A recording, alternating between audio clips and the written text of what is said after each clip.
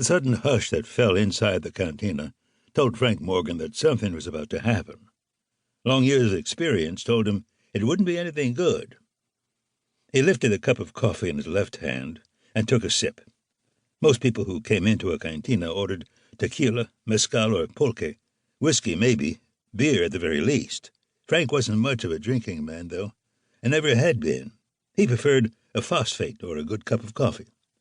This brew wasn't particularly good, but it was recognizably coffee, and Frank had smiled and nodded to the fat, moon-faced bartender who'd poured it for him. The man had smiled, pleased by the acknowledgment. Now, wide-eyed with anxiety, he peered past Frank toward the arched entrance door that had a curtain of beads hanging over it to diffuse the hot sunlight and keep out at least a few of the flies. Unlike bigger saloons, a cantina like this didn't have a mirror behind the bar, only shelves where bottles and jugs of liquor sat. So Frank couldn't check out the reflection to see what had happened. The beads had clicked together for a moment, though, like a miniature set of castanets, so he knew someone had come into the cantina. The sudden quiet in the place told him it was someone who frightened the other customers. He set the coffee cup on the bar and half turned to his left so he could look over that shoulder. The move put his right hand and the holstered Colt on his right hip out of the view of whoever had just come in. Actually, two men had just strolled into the cantina. Frank saw, and as he watched, that pair split apart, and a third man came in between them, almost as lean as an axe blade against the sun. Frank recognized what had just happened here.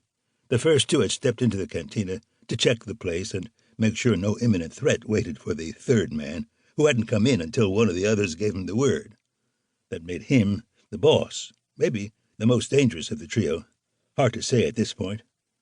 All three wore gray steeple-crowned sombreros, charro jackets, and tight pants. They might have been vaqueros, but vaqueros didn't dress quite that well.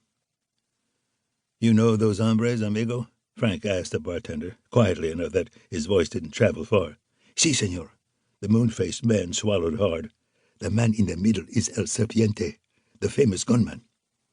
"El Serpiente," Frank repeated softly. "The snake."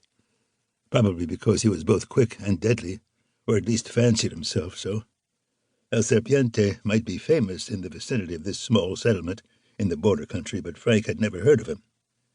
The lean gunman sauntered forward, flanked by the two burlier hombres. He asked in English, "Who owns that ugly dog outside?" then repeated the question in Spanish. Frank stiffened at the mention of a dog. One of his trail partners was a big wolf-like cur who answered only to the name of Dog. Frank had left him outside the cantina, along with his two saddle mounts, Goldie and Stormy, and the pack horse that carried his supplies. "That sounds like my dog," he raised his voice in answer to El Serpiente's question.